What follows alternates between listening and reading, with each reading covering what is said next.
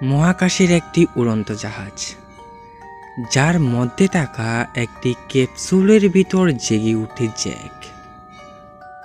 জানা যায় তারা 5 বছরের জন্য এই ক্যাপসুলের মধ্যেই ঘুমিয়েছিল একটি ভিম গ্রহে যাওয়ার জন্য। এই ক্যাপসুলের সাহায্যে তাদের শারীরিক ও মানসিক বয়সের কোনো পার্থক্যই ঘটবে না, অর্থাৎ তাদের বয়স বাড়বে না ও কমবেও না এই 5 বছরে।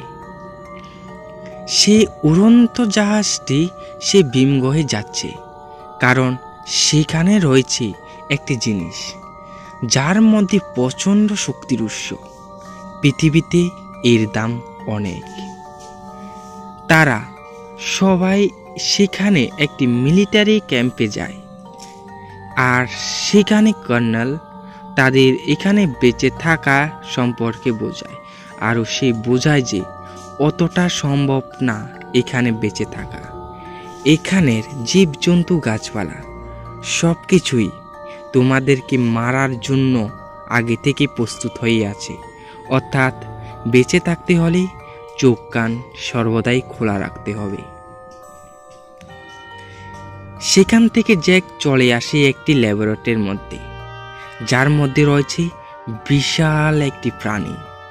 এই প্রাণীটি হচ্ছে কৃত্রিমভাবে তৈরি করা, আর এই জগতে এই প্রাণীকে বলা হয় অ্যাভাটার। সে মুহূর্তে দেখা যায় ল্যাবরেটরির প্রধান জ্যাকের কাছে এসে বলছে, একে দিয়ে কি হবে?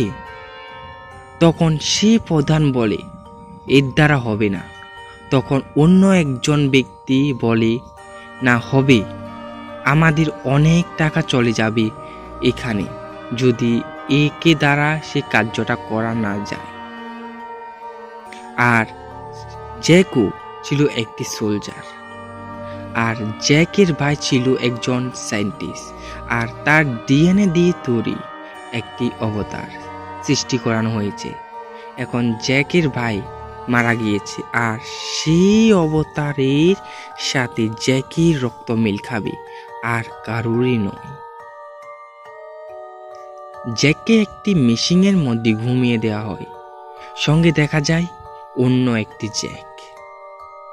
এখানে জানা যায় যে জ্যাকের ব্রেনকে এই অ্যাভাটারের সাথে লিঙ্ক করানো হয়েছে, যার মাধ্যমে জ্যাকের ব্রেন এখন এই অ্যাভাটারের মধ্যে। তারপর জ্যাককে নিয়ে যাওয়া হয় সেই ঘরের মধ্যে, আর তাকে ট্রেনিং দেওয়া হলো যে কিভাবে এখানে বেঁচে থাকতে হয়। তখন দেখা যায় যে জ্যাক তাদের থেকে আলাদা হয়ে পড়ে এবং অন্যরা চলে আসে ক্যাম্পে।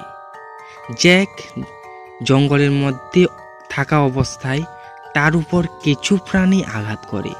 তখন অন্য একটি অ্যাভাটার মেয়ে চলে আসে। তখন সেই মেয়েটি জ্যাককে উদ্ধার করে। সেই মেয়েটি যখন চলে যাবে সেই সময় জ্যাকও তার সাথে চলতে থাকে, কিন্তু সে মেয়েটি বারণ করে। তখন জ্যাকের শরীরের মধ্যে উড়ে বসে কিছু উড়ন্ত ফুল, যাকে কিনা এই গ্রহের লোকেরা পবিত্র বলে মনে করত। তখন সেই মেয়েটি তাকে তার সাথে নিয়ে আসে। রাস্তা দিয়ে যাওয়ার পথে সে মেয়েটির ভাই তাকে বন্দি করে নিয়ে আসে একটি জায়গার মধ্যে। তখন জানা যায় যে সে মেয়েটি ছিল এখানকার রাজকুমারী। মেয়েটির মা একদিকে যেমন রাজরানী ছিল, অন্যদিকে ঠিক অলৌকিক শক্তির অধিকারীও। মেয়েটির মা জানায় যে জ্যাক সেখানে থাকতে পারে। দেখা যায় এইভাবেই কিছু মাস হয়ে যায়, আর সেই মিলিটারির প্রধান জ্যাককে বলে যে তাদের সাথে কথা বলল তারা কি সে জায়গা ছাড়বে, নাকি পৃথিবীর মানুষ তাদের উপর হামলা করবে। তখন জ্যাক গিয়ে সবাইকে জানাবে এই ব্যাপারে। সেই সময় দেখা যায় পৃথিবীর লোকেরা হামলা করে দিয়েছে সেই গ্রহের লোকদের উপর। পৃথিবীর মানুষেরা সব কিছু তছনছ করে দেয়। এতে সে মেয়েটির ভাই ও বাবা মারা যায়, আর তাদের পবিত্র গাছকে কেটে ফেলে দেওয়া হয়। এদিকে জ্যাককে বন্দি করে নেয় কর্নেল। সেখান থেকে তাকে বের করে নিয়ে আসে একজন। তাকে জাগিয়ে তোলা হয় অ্যাভাটারের শরীরে। জ্যাক সে অ্যাভাটারদের কাছে এসে বলল তাদের বিরুদ্ধে হামলা করতে হবে। এটা তখন দেখা যায় সেই মানুষগুলো তাদের উপর হামলা করবে, এমন সময় তারাও তাদের উপর হামলা শুরু করে দেয়। একদিকে আকাশপথে ও নিচে থেকে একে অপরের উপর হামলা চালিয়ে যাচ্ছে। পৃথিবীর মানুষের কাছে ছিল আধুনিক অস্ত্র, যার মাধ্যমে এই গ্রহের লোকেদের উপর আঘাত করে। কর্নেল বুঝতে পারে যে জ্যাক লিডার হয়ে এই বাহিনীকে চালনা করছে। তখন কর্নেল জ্যাকের আসল শরীরকে শেষ করবে এমন সময় চলে আসে সে মেয়েটি।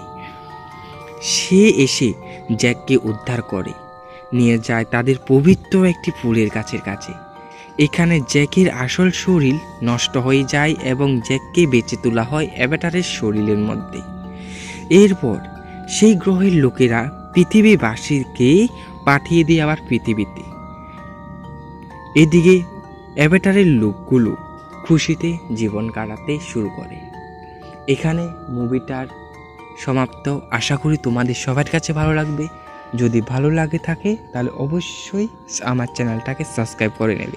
একটা ভিডিওর জন্য অনেক কষ্ট করতে হয়।